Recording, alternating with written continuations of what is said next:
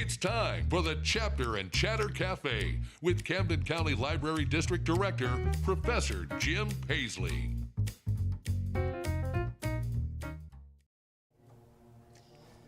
Good morning. Welcome to this month's episode of Chapter and Chatter. And as we're heading into the holidays, we thought we'd tackle a couple of interesting topics. We're going to start this month. We're going to talk about the history of Thanksgiving. And next month, I think we'll talk about Christmas gift giving, since this is a season of eating and shopping, right? My partner here, Coli, Creach. What do you think?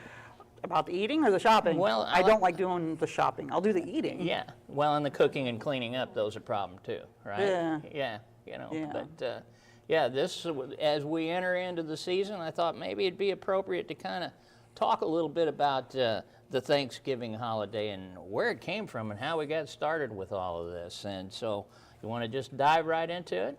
Sure.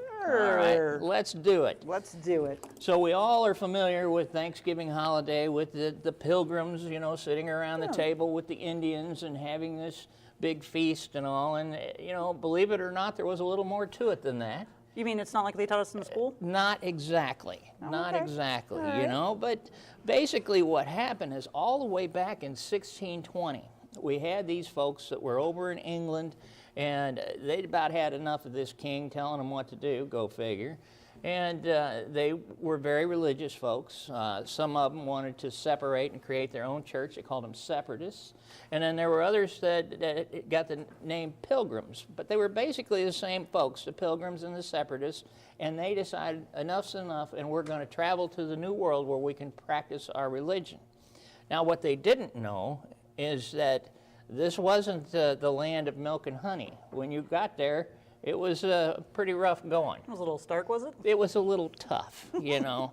And here they come. They came to a place called Plymouth, and actually they started out, they came just off of Cape Cod. And the trip that they took, it lasted 66 days. So you're in a wooden sailing ship, probably smaller than a lot of what's floating down the lake right now. Wouldn't have made it. And 66 days. Well, it didn't matter. If you got out there and you decided you wanted off, you've committed. Yeah. I'd be, yeah. There's no swimming. Yeah, Yes. no, there's vertigo would not make it. That's right. And so here they come. Now, when they finally landed at Cape Cod, it's wintertime. It's cold. And they're thinking, did we make the right choice here, you know? And they get to looking at the countryside there ashore, and they see there's nothing here. There's no houses. There's nothing. It's just wilderness. And so they made the decision. They said, maybe we'll just stay on the boat till the weather gets warm.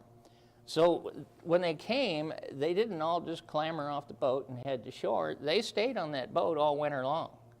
Yes, even worse. So you've been on the thing for 66 days. And now you're going to make me stay on it longer? And now you're going to stay on it longer. Yeah. And so, you know, that had to be an interesting little meeting that they had on that. Well, sure enough, you know, they sit there on this boat through this brutal winter, and basically, you know, they suffered from exposure. There wasn't a whole lot of heat on the boat. They didn't have a whole lot of food. Can't really start a fire. Can't start a fire on a wood boat. No, bad news. And so basically, they wound up with scurvy and all kinds of disease and everything else. And by the end of the winter, as they come into the spring, there's only half of the people on that boat. So what are you saying we started out with about? We started out with probably a little over 100 and down to about 50. You're telling me you packed 100 people on a boat that's smaller than what's cruising out here on this lake in the summer? Well, and you're big into camping. You know how this works with, you know. Yeah, where you can store the bathroom's kind of a problem too, you know. Wow. Yeah, and so, You know, there's a especially with point. 100 people. You know? Yeah.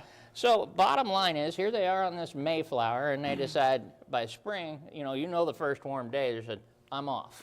I'm off the boat, all right? And sure enough, that's what they did. They came to shore, and they kind of rode up there, and they climbed out, the famous Plymouth Rock, right? Right. And here is an Indian standing there. And they'd never seen an Indian before, you know. They're like, huh, you know. And it blew them away because the Indian is talking to them in English. What? And they're going, what? And I said, you know, the guy said, hey, you know, welcome, you know, and, you know, how are you all doing, and so on and so forth, and they're like totally shocked. Well, I think you'd be having like I think you're having an episode of some Yeah, sort. well, and I'd have been thinking, what, did we go in a big circle and we're right back in England again? You know, what happened? Big circle. Yeah, so, you know, a few days goes by, this guy wanders back out into the woods, and they're sitting there kind of scratching their heads, and sure enough, the guy comes back. Now, when he comes back, he's got a buddy with him, and this Indian's name was Squanto. I recognize the name. Yes, and Squanto speaks better English than the last guy did. And they're thinking, what in the world? How can these guys be speaking English? Now, he proceeds to tell them the story that he had actually been a member of the Patuxent tribe, and he'd been kidnapped by an English sea captain. And he traveled all over the world, you know, with this sea captain, and eventually he escaped and made his way to London and managed to get on board one of the expeditionary ships and sailed back to America and rejoined his tribe.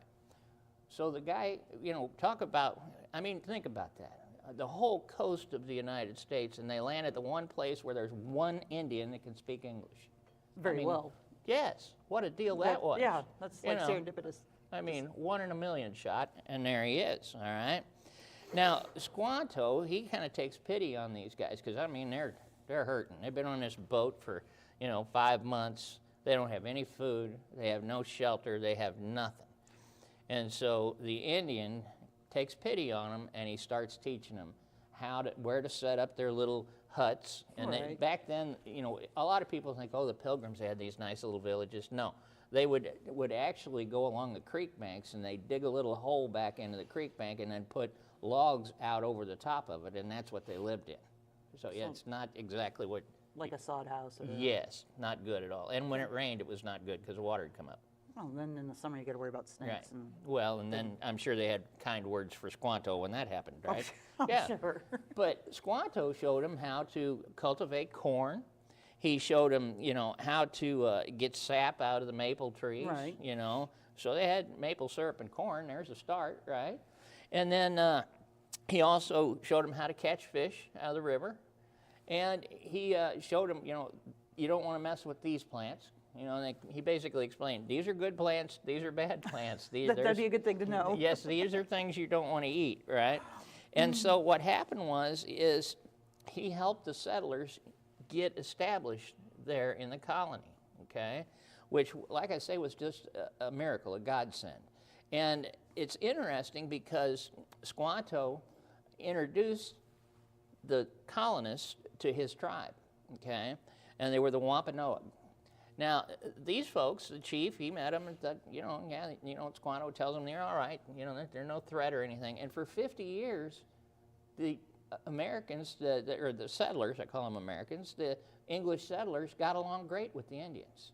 So that right there is something of a myth. You know, we always think, you know, we were born and raised with John Wayne and the boys, and, you know, the only good Indian was a dead Indian, right?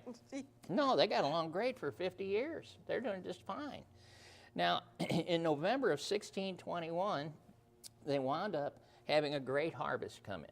The Indians had showed them how to raise food, and I mean, they had pumpkins and squash and corn and all this different stuff, told them how to hunt, how to fish. And so what happened is the governor of the colony, a guy by the name of William Bradford, he decides, okay, let's thank these Indians, and we're going to have a big feast. Okay, and the Indians previously had something every year when they had harvest time. They would have a feast anyhow. And he said, that's a great idea. So he invites the Indians to come, and they have this great big feast. And it lasted for 3 days. So this was a pretty good party. I'd heard that before. Yes, you know, I mean, I don't know about you, but, you know, sometimes Thanksgiving, by the end of the day, you're kind of like, see you, Uncle Bob. Glad having you here, you know. Not 3 days, think about that, you know, if it was a 3-day feast, right?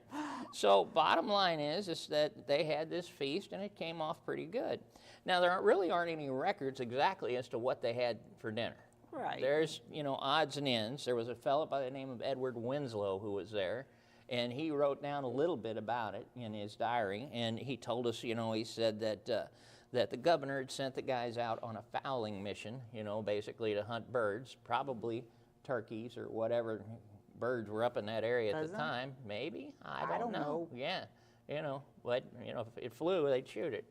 So they ended up with pigeons. Yeah, and so they wound up, with the birds, and then the Indians showed up, and they had 4 deer with them. So they're getting the deer meat and the turkeys or whatever it might have been, and then they started looking at it and they said there were some other things on the menu. Lobster, which they're in New England, so yeah, lobster would be good. Clams. Yeah, clams, lobsters, anything the Indians came up. They had seals. Now I don't know. I've never had seal before. I can honestly say yeah, I've never so had it they either. Had seals were on the menu, and then. The other one that kind of threw me off a little bit was swans.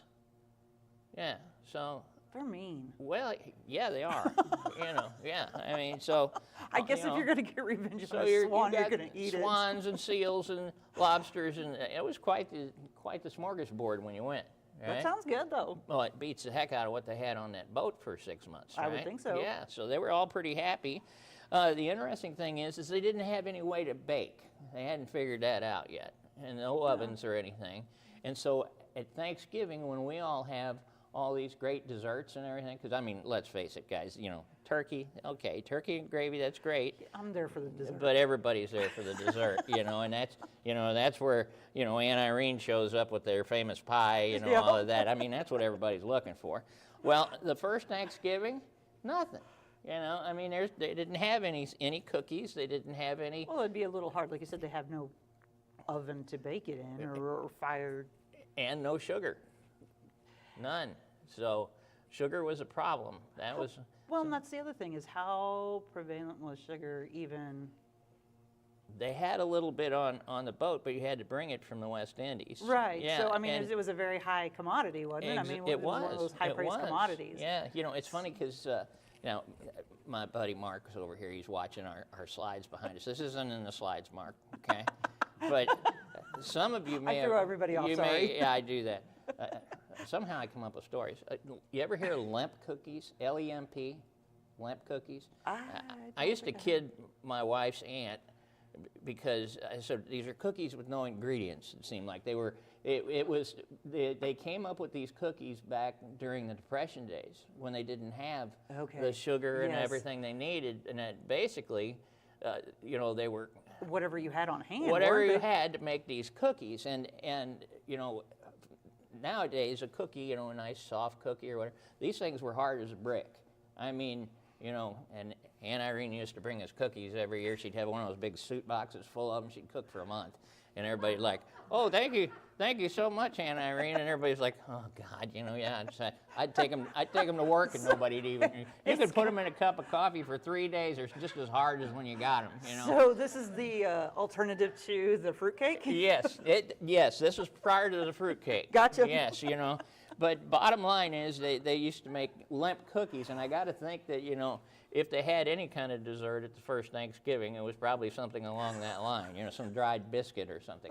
Yes, there's a question from the audience. What about fruit? Fruits?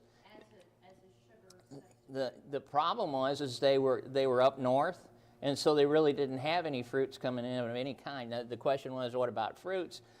It was just simply what you could forage out of the woods. It'd be like being here in Missouri in November and trying to come up with fruits. They might have apples, some peaches, things like that.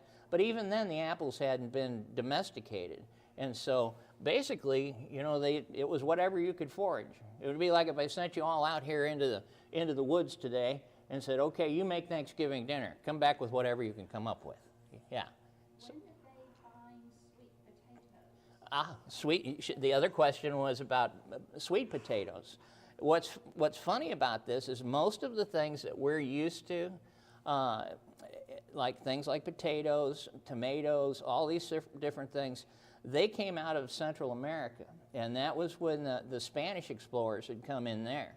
And they had already come in before this time, back in the 1500s. They'd been down south. Coronado and his boys And they discovered things like potatoes, and they took them back to England, and eventually they made their way to Ireland. I mean, what did the Irish eat before they came back with potatoes?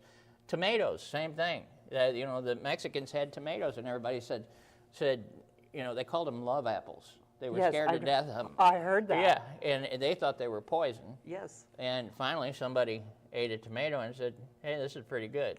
Now you got to wonder how much was he drinking? You know, it was probably a Thanksgiving dinner. Hey, look, he likes it. Yeah, you know.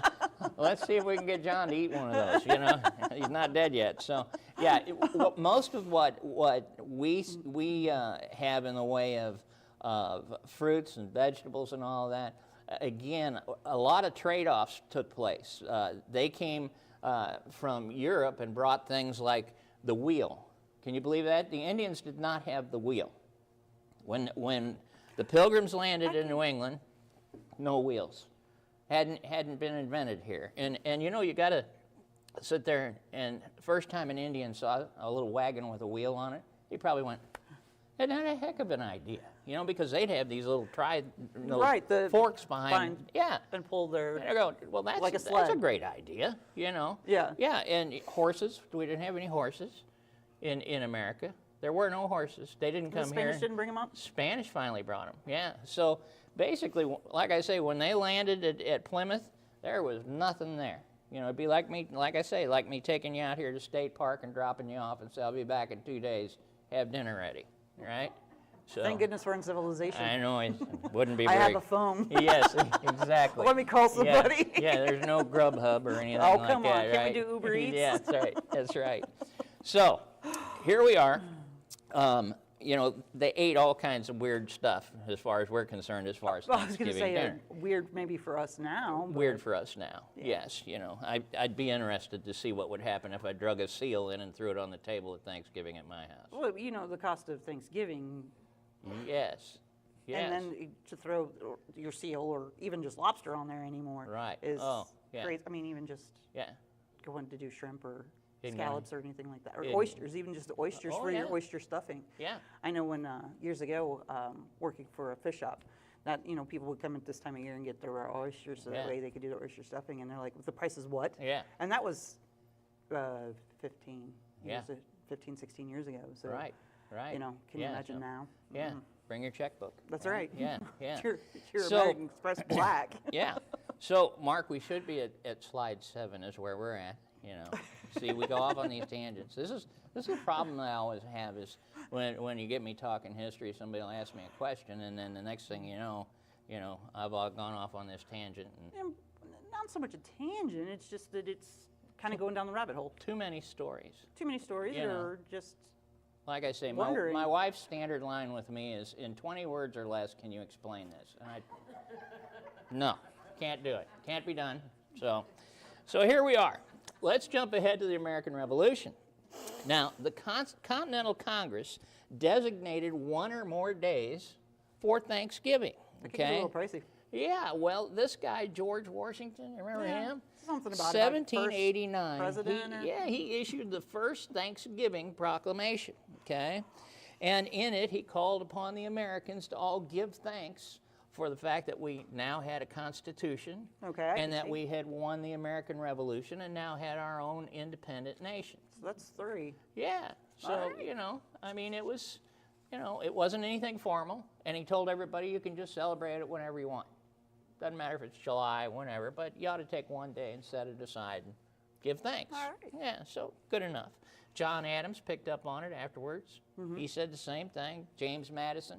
But again, they just said, whatever works for you guys. Pick a day, all right? Now you jump all the way ahead to 1817. That's a big jump. Yes. And New York became the first state to actually have a Thanksgiving. Now, New York, they officially adopted the Thanksgiving holiday. And again, they celebrated it on whatever day seemed like a good day. Bad weekend, raining, whatever. Nah, we'll do it next weekend, okay? Sounds good. The American South, not into it at all. Really? South didn't have Thanksgiving. They thought it was all just some sort of plot by the Northerners to get them to spend money or whatever. Well, okay, maybe I can see that. Exactly. And so they said no. Then you move to 1827. and this is where it starts to get interesting. There is this little gal by the name of Sarah Josepha Hale, and we'll talk more about her in a minute. But Sarah Josepha Hale launched her own personal campaign to establish Thanksgiving as a national holiday, okay? She liked it. She liked it. She loved the idea. And for 36 years, this gal pestered everybody she could. I mean... She liked the food. I mean, this gal, she's it. driving the senators and representatives, presidents, governors, everybody here. If she hit the door, oh, here we go again about this holiday, right? And I mean, this gal that had a one-track mind. By God, we're going to have a holiday. She's tenacious. Yes, she was. So she finally come to 1861. She has been pestering everybody, and she finally pestered Abraham Lincoln enough that he finally just gave in. It's like... So you mean it's like a parent with a child? Yes, make it go away, all right? And I'm sure the senators and representatives said, just give her the holiday. And so they did. And so in 1863, excuse me, right at the height of the Civil War, we have Lincoln turns around and declares this Day of Thanks. And in it, in his proclamation, he said, I commend to this tender care, or to his tender care, all those who have become widows, orphans, mourners, and sufferers in the lamentable civil strife, and to heal the wounds of the nation. So he's kind of piggybacking on the Civil War and saying we should all give thanks for what we do have, okay? But that was really the first formal proclamation, okay. All right? Gotcha. Now, Lincoln scheduled Thanksgiving for the final Thursday of November. And boy, this year, man, late, you know. It seems a little late. It is late, I keep thinking that it should be actually today. Right, and not next week. Exactly. I don't know why, but... So, basically, it was celebrated on the last day of November every year until 1939. So from 1863 to 39, that was the date, all right? Then along comes Franklin Delano Roosevelt. Now, he's looking at this and he's saying, you know, already people were using the holiday as a jumping off point for the festivities and the holidays and the shopping and all of that. I know a lot of you are going to go out on Black Friday or whatever. I was going to say he's the precursor to Black Friday, yes. Isn't he? Well, he thought if you have it the last day of November, you're basically, you know, cutting off another week that we could have where we could shop. And so to stimulate the economy, he moved it back. And he moved it to the third week of November, solely for the purpose of adding an additional week to Christmas shop. Yeah. I wait to the last minute anyway, so. Right. Well, but bear in mind, you know, this has been tradition since 1863. Right. Now you get this president and he said, I think we'll just move it back a week. Talk about confused. Oh, yeah. You know, and it wasn't like you had Facebook where you could let everybody know. You know, the newspapers came out and they're like, really? We're going to move it? Yep. And it didn't fly very well. So much so that the people started, you know, sending nasty letters to the president, to FDR, and giving him a hard time about it. And the New York Times and all the big newspapers, Hale was onto something. Yes, they renamed it. They called it Franksgiving after Franklin Delano Roosevelt. Yeah, so you can imagine. He suffered that for about 2 years. He's a stronger man than what I thought. They were all on him. And so finally in 1941, Franklin Delano Roosevelt reluctantly signed a bill making Thanksgiving the fourth Thursday of November. And it's been that way ever since. But, you know, again, the date that we celebrate's been kind of all over the place. Yeah. Yeah, you know, go figure. Now, like I said earlier, Thanksgiving's something that's been kind of around for a long time. It just never was formalized. Right. And in ancient times, like I say, they used to have Thanksgivings at the end of the fall harvest. Makes sense, because you're giving thanks for everything that has been given to you throughout the year, I guess, as far as crops and... And you know, I know, you know, having been around rural communities, a lot of the rural communities, you know, that's when they'll do their butchering and everything else, you know, during November, and bringing the harvest in, and all the women are doing the canning and all that and everything. So, yeah, you know, it's been around for a long time, even before anybody formalized it, right? ancient times, the Egyptians, the Greeks, the Romans, they all feasted and paid tribute to the gods and all that after the fall harvest, basically thanking for the harvest coming in and getting all these, great goodies to get them through the winter. Right. Now, again, when most people think of the first Thanksgiving, their minds automatically turn to the Pilgrims, right?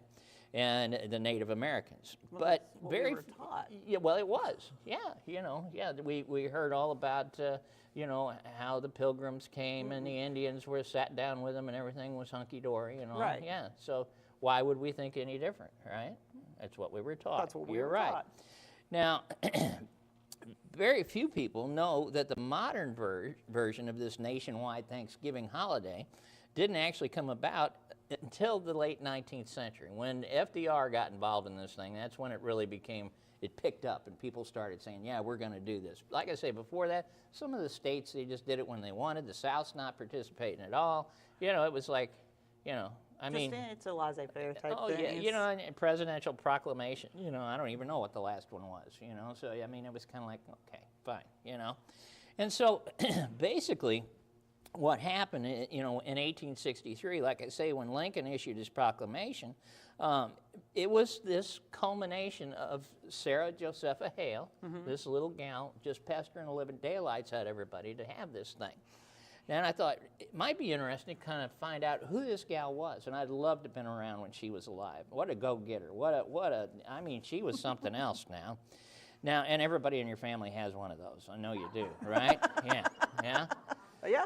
And basically, she was born in New Hampshire in 1788, and she was the lady editor of a magazine called Godey's Ladies' Book. Now, this ladies' book, it was kind of like the forerunner of Good Housekeeping or Better Homes and Gardens. It was basically had all the recipes and fashion and all of it, you know what I mean? And so she was the editor of this thing, and it was, back then that was a huge deal. You get your hands on Godey's Ladies' Book, and boy, if you ever get to one of these antique malls or something, and you find one of those, grab it, and then bring it to me. Oh.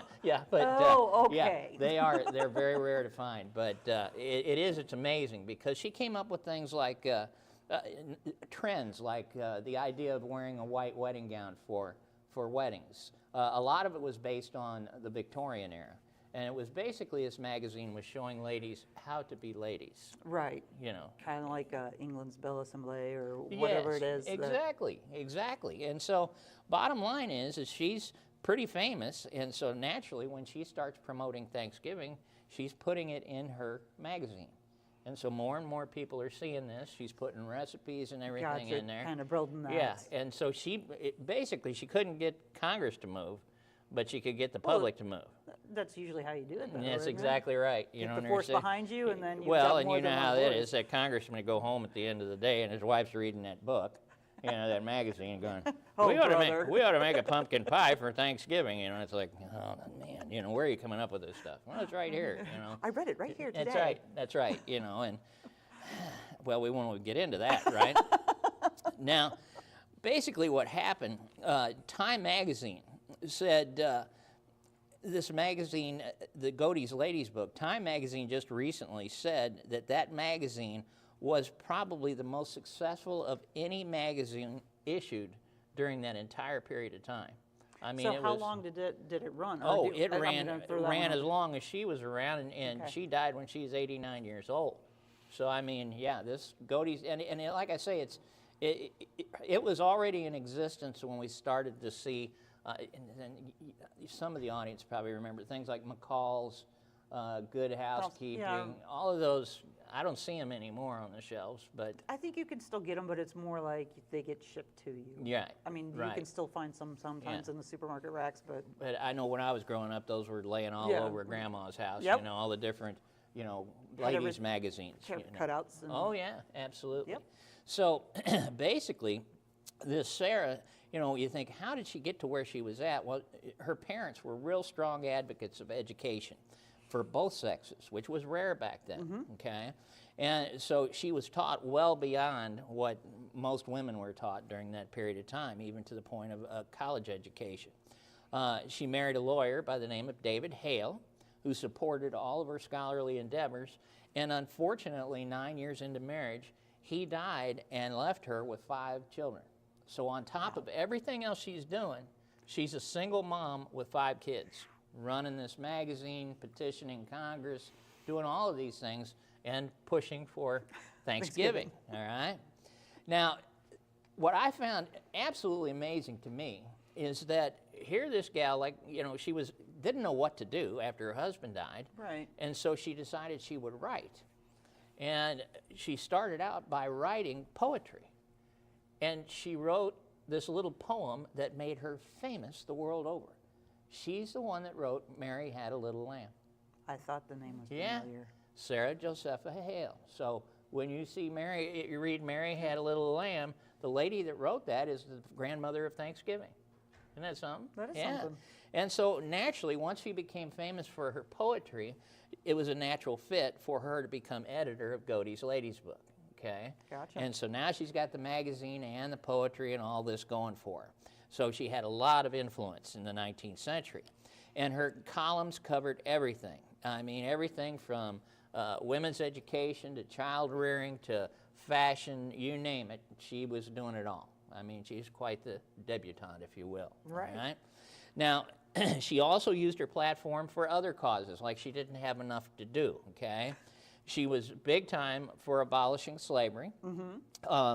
She, as working as an editor, she raised money for historical sites, 2 in particular. George Washington's home, she raised the money to make it a national, museum. Right. And Bunker Hill. Both of those, she raised the money for them, and today they're still national sites. Right. You know, so, I mean, like I say, she's got some clout here, A right? little bit. Now, she was, interestingly enough, criticized because of her criticism of gender roles. Now, as an editor, she encouraged women to focus their efforts on the domestic realm, which, you know, this is when we're starting to lean more in the direction of more women's rights. Women back then couldn't sign a contract, women couldn't own land, on and on, couldn't sit on a jury. And she's saying, okay, and they're all thinking, well, she's going to be pushing for this hard. No, she said the woman's place was in the home. I know. So that's, you know, she's kind of... There's a place and time for that. But again, this gal will say whatever she wants. Well, that's very true. She does have a lot of, like you said, exactly. Now, basically, she said the best job for a woman is to teach her children, which, you know, there's a lot to be said for that. Yes. Now, she was very well known for her conservative views, and additionally, she did not support women's suffrage. She said no. She said women shouldn't be involved in politics. And you should see, folks, if you could see the audience here right now, not good. Cover me, all right? Yep. So bottom line is she's saying that women's participation in politics would limit their influence at home. I don't know. To me, women have a big influence at home. Yeah. At least in my house they do. I don't know about you guys. You can tell me they don't, but wrong. Right. Now, she did use the magazine, though, still to continue to push for women's education, okay, and for the rights of women to own property. Back at the time, I'm going off tangent here again, Mark, be careful. Back at the time that this is taking place, women couldn't own property. Well, the lifespan of men back then wasn't very long. The women, for some reason, outlived the men, kind of the same way today. A little bit. But what happened was these men had huge tracts of land, 15,000 acres, 20,000 acres. And here, the guy's out there messing around in the woods or whatever, you know, pretty rough and tumble life, and he winds up dying. Well, the woman couldn't own the land, but she inherited it, okay? So that 15,000 acres of land is sitting there in the courts, and her name is associated with it, but she can't do anything with it and can't own it until she marries again. So the next husband comes in. Wouldn't it still be like the line of succession like in England where you had the next Yeah, male well, heir? you had what they call primogenitor, or primogenitor, and that was where the oldest son got it. Right. But if there weren't any sons. If there weren't any sons yet. In most of the cases, these were young families. And so long story short, what happens is you've got women that might have been married 2 or 3 times and have somewhere around 80, 100,000 acres of land. Now, yeah, no kidding. So they became, land wealthy, but I'm going to be very careful how I put this. All right, she may not have been the prettiest gal on the block, but she had 100,000 acres. Yes, exactly. So, that is very beautiful in some people's eyes. I've often wondered myself, though, how many of those guys died of natural causes, and how many of them may have, said the guy's worth 80,000 acres of land.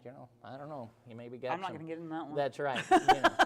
So, but bottom line is, these widows were a real prize, and something similar happened in Europe when you saw the marriage between the wealthy kings and queens, and that a lot of the marriages were arranged just simply to get access to the troops or the land ships. Well, we didn't have that. So bottom line is a lot of land changed hands. Yes. Okay, but still not in the women's hands. So bottom line is Sarah is saying that's wrong.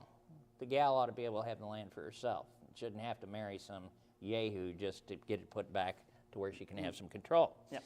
Now, under her leadership, her magazine also came up with, like I say, the idea of white wedding dresses. Right. She's the one that came up with Christmas trees. I mean, this gal's, it's amazing. And if she put it in there, then, naturally, everybody's got to have a Christmas tree, right? And you see it today. We get influenced so much. Well, and that's the thing is if you look at, even like you mentioned earlier, Facebook, if you look at all those social media things, there are influencers, and they are paid to try products or whatever and push their influence for people to use them. It's the same thing. It's just a different version of it. Yeah, and you sit there and like I say, when you look at renovating your house, the style used to be wallpaper. And now, no wallpaper. Now, you don't want to do that, And it used to be popcorn sink. Can't have that. Nope. Have to have granite countertops, laminated floors. It goes on and on and on. Well, why are you doing that? That wasn't your idea. Well, it's because somebody influenced you, and they said, hey, look here. This is much better. This is the latest thing to have. That's right. Yeah, well, that's basically what she was doing. Right. All right, so everybody got a Christmas tree, right? Now, I love this one, okay? Like I say, she also had health and beauty aids, that she put in this thing. And she swore to her dying day that if you want to get rid of wrinkles, all right, what you do is you get brown butcher paper and you soaked it in apple vinegar, all right, and you put it on your forehead and leave it on there, and it would do away with your wrinkles. I'll have wrinkles. I don't want to smell the apple cider vinegar. Well, have it your way then. I will. I don't want it in my eyes. She told you what to do. I know, right? but I'm. Yeah. Yeah. But I think, I'm wondering how many of the ladies out there might try that today. Be a big run on apple cider vinegar, right? Yeah, but there could very well be. That's right. She also said, and I found this fascinating. You asked about the birds that they shot. She said that pigeons were the best tasting bird of all of America. Pigeons. Most people refer to them as flying rats, but like a Cornish game hen. Not exactly. Yeah, but she said pigeons, and so there had to be a run on pigeons as well. Well, I'm sure there was plenty to go around. Well, yeah, there was plenty to go around. There right? still are. So basically, she also said that she was crusading for the admission of women into the practice of medicine. And again, more thorough female education, said that women should be involved in foreign missions, providing aid. So, she was into a little bit of everything, okay? Now, she's the one, because people had a tendency to look down on women just being at home and housewives and now what are they contributing. She first one to come up with the term domestic science. That's her. Gotcha. Again, so, elevate it a little bit, right? Give it a classy name. Yes. And then she thought, well, I need to do more to help education, and she helped to establish Vassar College. Wow. She took a lot of her money and invested in Vassar and sat on their board and helped them get up and running. That's okay? awesome. So, yeah, she was just a fascinating person. And like I say, she's doing this as a single mom with 5 kids at home. I know. And I mean, it was like every day something different she was going to tackle, right? Yeah. Now, she said in one of her magazines, she said the most essential thing for women was to prepare women for the most important vocation on earth, and that is of the Christian mother in the nursery, which I agree. You know, taking care of the kids and educating the kids. What is it they say? 2 years up is when you have the most influence on children. Yeah. You know, so yeah, that's about pretty interesting when you think about it. Now, again, her lobbying effort to make Thanksgiving a holiday can be tracked back to a passage in her 1827 novel. She's still writing novels. I was going to say, so she's not only she's a poet, still writing but a novelist books. as well. When she found the time to do all this, I don't know. She never slept. No, never. Never. You know, well, with 5 kids, You probably wouldn't. couldn't. Yeah. But she wrote a novel called Northwood. And in it, she said, we have too few holidays. She said, Thanksgiving, like the 4th of July, should be a national festival observed by all the people as an exponent of our Republican institutions. So there it is, again, in her magazine in 1827. Bear in mind, it didn't become a national holiday till 1863. She is saying, here's what we need to do, you know, which, like I say, I just think it's wonderful. And she was firing letters still to Congress, letters to the president, you name it. She just pestered the living daylights out of these people, and she got it done. I was going to say, you got her somewhere. Yes. Oh my God, I can't imagine. You know, yeah. So she was a real go-getter. All right. Now there was a lot of pushback. The governor of Virginia, Henry Wise, he said that he wouldn't support this theatrical national claptrap that is Thanksgiving. Yes, so, you know, it's not going to just slide right in there. She's got a lot of these, you know, staunch old guys that are, heck no, you know, right, not going to happen. Right. Now, in September of 1863, like I say, that's when Lincoln finally said, fine, we'll do this. And he turned around and had this formal proclamation. I think if you go to the next slide there, Mark, it should hit, there it is. And this is the big formal proclamation of Congress by Abraham Lincoln and explaining why we should do this. And ta-da, that's when it officially became a national holiday under Abraham Lincoln, okay? Now, even though he had a proclamation, it's not law yet. And you know how government is. So next what happens is that that's very nice, Mr. Lincoln, but I want it to be a law. I don't want the next president to come in and change this thing. Worked too hard. And so she turned her efforts to making Thanksgiving a law of the land through an act of Congress.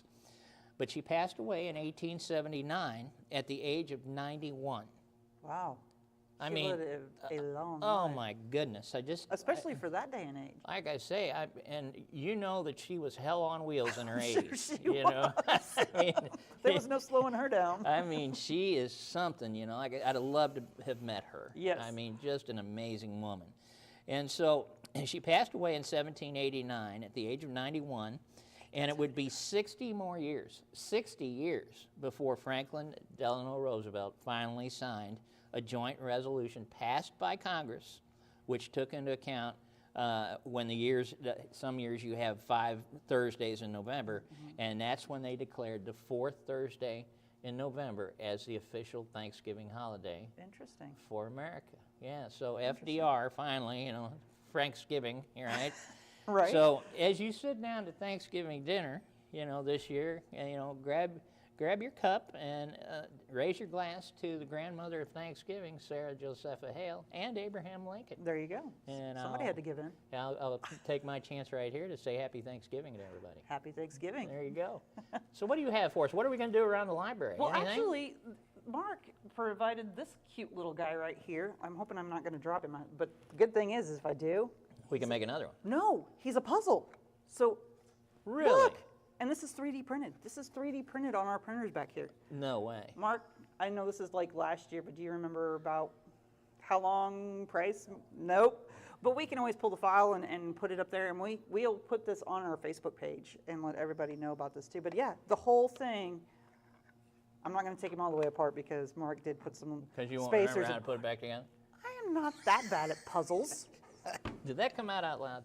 Okay. Yes, it did. Right. Okay, never mind. Don't worry later. I'm not going to take them all the way apart because Mark did put spacers in here, but all the pieces come apart. And so not only but the legs come off, his little fan comes off, and then his body. So, I mean, there's many, no, there's not. There's only one way they'll go together. He did that on purpose. All right, I'm done playing with it now. But anyway, this little guy can be 3D printed. Nothing. You got nothing. I got nothing, yeah. Peanut gallery over there. Yeah.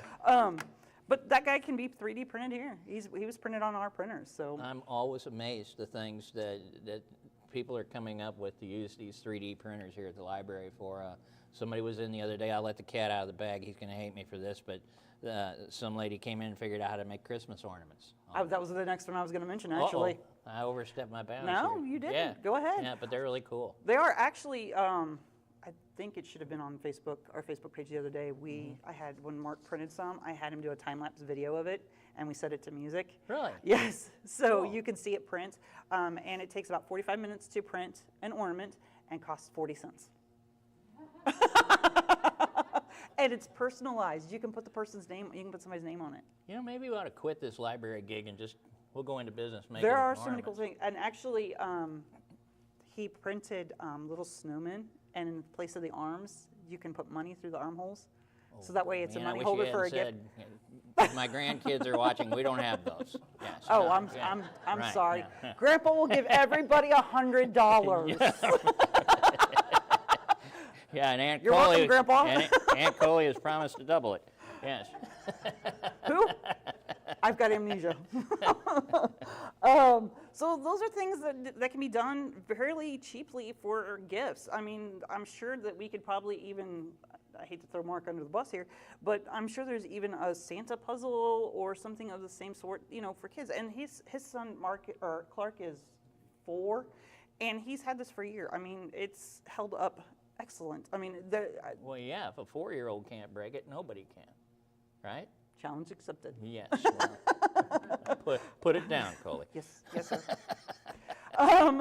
So one of the other things that we've got, not to jump from that, but we do have a new resource. Yes? Newspaper resource. Awesome. Yes. So for those who want to read the St. Louis Post-Dispatch, Kansas City Star, sometimes, I know the Kansas City Star we don't have in the libraries anymore. They don't send it to us, but you can read it online now. We do have America's News through NewsBank, and you can read the Kansas City Star, the St. Louis Post-Dispatch, USA Today. There are several different Missouri papers on there. Plus, there are national papers on there as well that you can read. But like if you're looking for a transcript from, say, 2020 episode, it is more than likely transcribed on here. This is free for our patrons to use. There is no charge to them. I actually had somebody ask me if this was a subscription service to them, and I said no. This is all free. We pay for it all. We provide it. Yep, we provide it. We do have a few bugs. We found out yesterday that our proxy server is not working for the home one, but you can definitely use it here in the library. We can show you how to use it, and then we'll get those links fixed. This one I think you were showing me the other day. It pulls up the whole page. It does. And in, so like in color even. Yeah. So the Kansas City Star, Post-Dispatch, and the USA Today. I haven't looked at all the other papers yet, but those 3 definitely have what they call the image view, and it's the PDF version of the whole paper. I mean, it's everything. I showed you. It's even got the ad at the bottom of the banner, at the footer of the paper. There's even, I think, the ads in there, so you could read the whole paper in color.